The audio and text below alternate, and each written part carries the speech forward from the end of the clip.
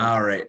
So, like I was kind of talking about earlier, Mike, thought it would be a good idea to kind of start off with mutual introductions for your followers, my followers, kind of give some background on ourselves. I guess I can kind of start off, since the line of questioning will go towards you, and you can kind of roll from the introduction into everything else. Does that sound good? Sounds good, buddy. Let's do it. Cool. So, my name is Alex Wright. I'm a realtor with Keller Williams in Bozeman, Montana. I'm originally from Santa Cruz, California. I didn't start in real estate. I was more in program management and operations when I was there. I kind of off and on played with the idea of getting my license during that time, but never really made the full push. I had a lot of interest in it, and especially kind of real estate investment or kind of income producing properties, but wasn't a career for me. So when I moved to Montana, I kind of saw that as an opportunity to do something I had interest in and was more of a hobby and make that a career. But I haven't looked back and absolutely love it.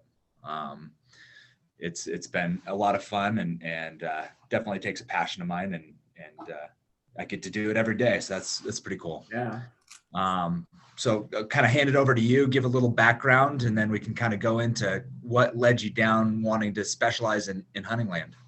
Sounds good. Yeah. So my name's Mike Kangas, and I'm a real estate agent as well with United Country Real Estate here in Minnesota. And Alex and you and I met actually in Bozeman, Montana when my wife and I lived out there. So it's kind of fun to like reconnect as agents in different states and like share stories with each other. But yeah, I've done a myriad of things in my career and like testing out like what I want to do. My background's engineering, but now I'm in real estate, which is kind of a big switch. And when I was out in Montana, I worked for a company called Onyx Maps, and they have like this app called Onyx Hunt, shows you all the parcel data and aerial footage or aerial maps right on your phones, and shows you where you are on those maps. And it's always kind of aligned with my passions in land. And it just took me a long time to get to the point where I was like, I'm going to do real estate. And got fed up with like the normal career, climb the ladder grind that I just never loved. So yeah, it's funny. It seems that's a lot of people's story is, they don't start out in real estate, but once they get there, it's go. Exactly. Yeah, definitely. And like engineering will probably always be kind of a part of me somehow. So, but that's the wonderful thing. You can always go back to anything. But real estate it's just a different world. It's awesome. Yeah. So a lot of people, want to go into different niches and that type of thing. And you have plenty of people that are generalists. You specialize in hunting land. What made you want to do that? Well, that's just what I grew up thinking about.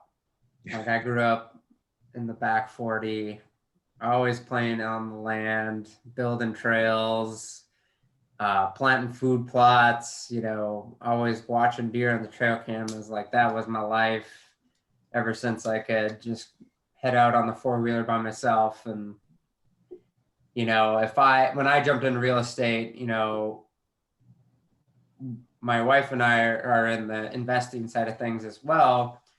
And it's really fun on the residential stuff and rental type properties.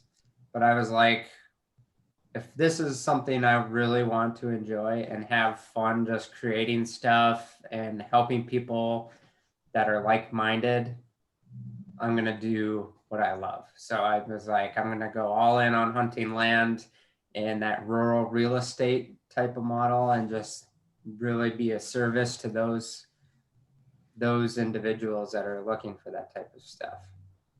Yeah, that's great. I mean, what would you kind of look for in a good piece of hunting land? Is it, I mean, you say back 40, it's more kind of a general term. It's not Yeah. always, a back 40, but, is it size? Is it, the plants, the water features, location? What kind of things you look for? It's the whole gamut of things in those lines, but I mean, it's different for different people as well. Some people want certain types of features over others.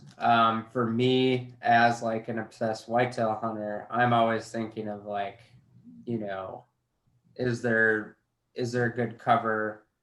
Is there good food sources, like natural food sources, not just up like ag land, but that's also part of it too. It's like, does it have that diversity of features to it that make it a really good property?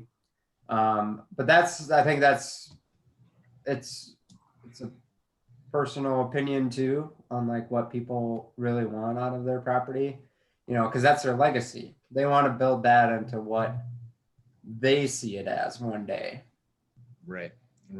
So, kind of leading into that, you're saying build that into something they see, and as in real estate, some people get fixer uppers, and the same can be said for hunting land. Mm-hmm. Do you recommend buying that? Maybe it's just a real crummy looking piece of land, hasn't been taken care of. Can work be done to make that serviceable and attract more animals to that area? Mm-hmm.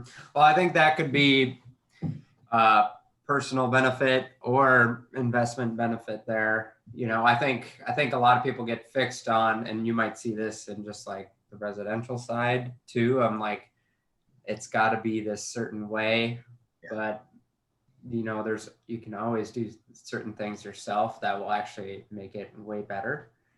So like,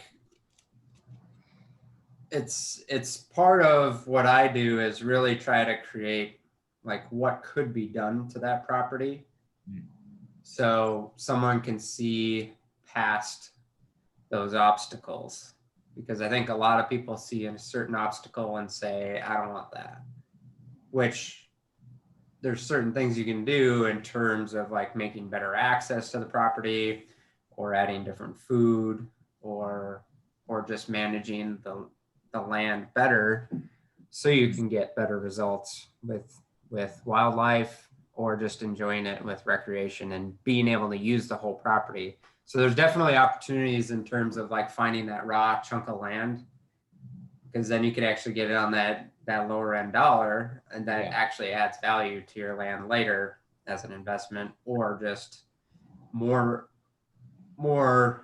capital that you can use to make it better later. Well, yeah, that's great. I mean, I was gonna ask you to kind of unpack what you can do, but that's you did just that to improve that property. So maybe you can kind of pivot and talk about maintenance. So say you get that property to a great serviceable state, everything's good, animals going. There's got to be some work that has to go in to keep it that way, or it's not. If you let it go, then maybe they'll leave. So what can you kind of talk about property maintenance? Yeah, and that's kind of that can be a big one. And that's where,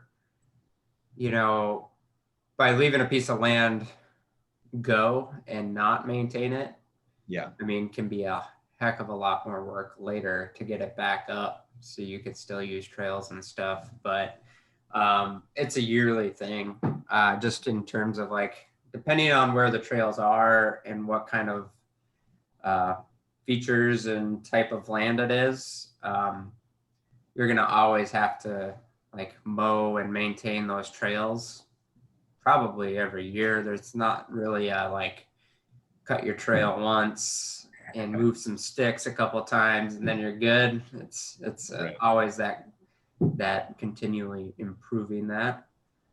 So like cutting trails is a big one, and maintaining access to where you want to hunt or where you want to go play on the land. And then in terms of like, if you're putting in your own food plots, like there's different ways you can look at maintenance in terms of like what you plant. So there's like annuals and perennials. So the annual type of plants you have to plant every single year. where you can kind of mix and match some of those things. So you can add some perennials in there, like clovers, for instance, that will actually kind of like reseed themselves, and they'll grow year after year, and you can do some small things to maintain them versus having to plant every year. But it's all trade-offs. I mean, everything requires some sort of maintenance to either keep up, replant, refertilize. Yeah. It's an endless list of items. Now, is the sort of focus in your area more on whitetail, or is there other game that you're kind of, I guess, nurturing this land to attract? Yeah, so really the main like big target species here, kind of where we live, it's mainly like whitetail, all of your waterfowl, geese and ducks, lots of pheasants around this area in central Minnesota, southwest Minnesota, lots of that going on. There is turkeys as well, so you're thinking kind of on the wild turkey aspect of it. When you start getting up into north central Minnesota and getting further up, then you start adding in more like black bear as well to that. Okay. But so yeah, so like the kind of the cornerstone species obviously is whitetail, and that's kind of like what everything lives off of. But there's the diehard waterfowl, pheasant, and whitetail hunters out there that really, those are the kind of the big things, is like the waterfowl, pheasant hunting, and deer hunting. Yeah. Yeah. So, if someone's looking to buy their first piece of hunting land, what would you recommend as kind of a good first step for someone looking for that land? Obviously budget plays a role. So maybe you can kind of talk about what you're generally looking at as far as price point. Obviously, our acreage and condition and location is going to play a role in that. But, what would you recommend as a good first step? Well, a good first step, I always result to like, what are your goals, and how does that align up with like your financial goals? Because a piece of land is a great investment, but it's also another large investment. Yeah. And so starting small is always better, and like kind of thinking about how you do that. But again, that's where you kind of have to keep an open mind as well. Like, don't get so set on like, I can't spend more than 40,000, because if that $60,000 piece comes along, that's right, you want to jump on those types of things, because good pieces of land do not last long. Things are moving pretty quick there, huh? Yep. Yeah. I mean, if it's priced right, yeah, it's moving fast. But that's a problem in here, is like price points are not priced right. Okay. So yeah, that's like a cultural thing that you have to deal with on like, how do you help people price their properties better? But but on that note, like when you're buying your first piece of land, you want to make sure it's something that, one, how can you make it so you can get either income or some kind of revenue off of that, versus just raw land and have to pay taxes every year and all of that. Great. It should be considered part of your asset. Absolutely. Yeah. So it's something you said that kind of stood out to me is, as land that's not priced correctly, what are some things that people can do? And, you can include, your help on what you can help them with, is identifying those lands, being like, this land isn't worth 100,000, it's worth 70,000, something like that. What are some things that can help identify that? Yeah. Some of the major things is like, one of the biggest things is like low lands. Low lands immediately sink your price pretty quick. And so those are good things to look for in terms of like just being able to basically like evaluate a piece of property and like what it's worth. But wetlands isn't a bad thing. With like certain features to it, it can actually be a great positive in terms of like wildlife habitat, and just like it can be awesome.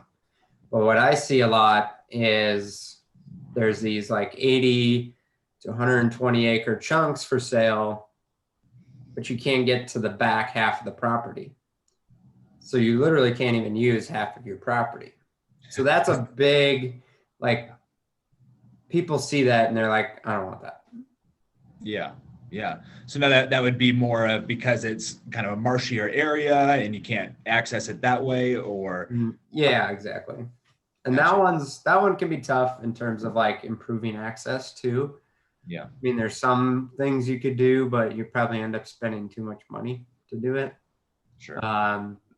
So, I mean, a lot of it is just like looking. I think when you look at it, like access is probably the most important thing. Yeah. How can you get to the property you want to buy or that you own? Mhm. And as like a landowner that wants to sell, like to sell it, you might want to do a couple things in order to make sure it sells. Well, let's talk about that. What about selling their land? What would you kind of recommend for people that are looking? They have this hunting land. It's, maybe been in the family, maybe they bought it and they just don't use it. They're looking to sell it. What are some good steps they can use to get either top dollar for it or move it quickly? Yeah, one of the biggest things that I see is, again, I mean, it's kind of presentation. So when somebody comes out there and they see it's like a hassle to go look at the entire property, that can be an immediate like, I'll just kind of wait till the next property. Yeah. So the biggest thing I would say is like actually putting in some trails, something you can actually drive down or walk down of some sort that goes through the property. Maybe it's not even the whole property, but like at least it's a rough trail to get you through to different parts of the property. That allows someone to easily talk about the property or ask questions about the property and see the different types of diversity within the property. And they don't have to go exploring. That's a big thing. Absolutely. Yeah. Just to kind of reinforce that, I had a 20-acre lot for sale, and there was no trail put in to where the building envelope was for the house. So people would get there and they look at it and they go, all right, the view's great, but I don't know what's going on here. So we built a trail up to the building envelope, and it's under contract. So to case in point, that's giving people access to see what that land has to offer is huge. Exactly. Yeah. And that's where, as someone that's like dedicated to land, I've like built another company alongside me doing real estate so I can help people do that kind of stuff. If you don't have the right equipment or don't know how to put food plots in or don't know how to put trails in, maybe you don't have the right tools or the right know-how of where those trails should be, I can actually help and go do that for people. And then on top of like on that, my job is to kind of do the exploring for people. So I'll go trudge through the swamp and I will get to the back corner and make sure I get photos and make sure I like, these are things that, I'm either going to look out for a buyer, in terms of like, hey, this is great, but just so you know it's there, but we can do these things to think about it differently. Mm-hmm. But it's kind of like basically building this map or this vision board for someone so they can see what it can be versus they just see trees. And that can be Like, you know, when you see the nice food plots and the nice trails in there, all of a sudden it's just like, man, that's awesome. But if people can't see how that's going to be out there, that's hard. People don't see that way a lot of times. Sure. Yeah. And I'll kind of put that back to something you said earlier about, the same thing with residential, people not being able to see past certain things, whether it's a fixer-upper lot or a house or something like that, not being able to see past paint color or anything like that. So very, very relatable there. Yeah. So Mike, what's the best way for someone to get a hold of you if they're looking to buy hunting land, sell hunting land, or just kind of real estate needs in Minnesota? Yeah, definitely. So the best way to get a hold of me is just call or text me. And my number is 218-969-5268. That's like probably the easiest, best way to do it. My email is really simple, is huntinglandmike@gmail.com. And then you can get to know me, you can follow what I'm doing and learn about the things I talk about and the things I do around land by going through Facebook, Instagram, YouTube, and everything's just at Hunting Land Mike. And I'll put all that information when I post this up. I'll put that information too. If someone's looking to, I'll put it in the description and all that. Last question for you, Mike. Obviously, here in Montana, it's a little different than Minnesota. We got the Western hunting here. How is what you've kind of talked about today applicable for hunting lands in, say, some of these Western states, whether it's Montana or Idaho or Washington or Wyoming, I mean, it all applies. It's just a matter of different habitat that you deal with in different terrain. So like my access problems is a lot of wetlands. Your access problems is going to be cliffs. But so it's all similarly, applicable. You just have to think about the resources. So that's, what are the habitat features on that property? And those are your puzzle pieces you get to deal with. And then you build that same framework into that. Perfect. Yeah. Well, Mike, thank you. This was awesome. I learned a lot. I'm sure other people did, and we'll have to do this again. Sounds good, Alex. Thank you so much. Yeah.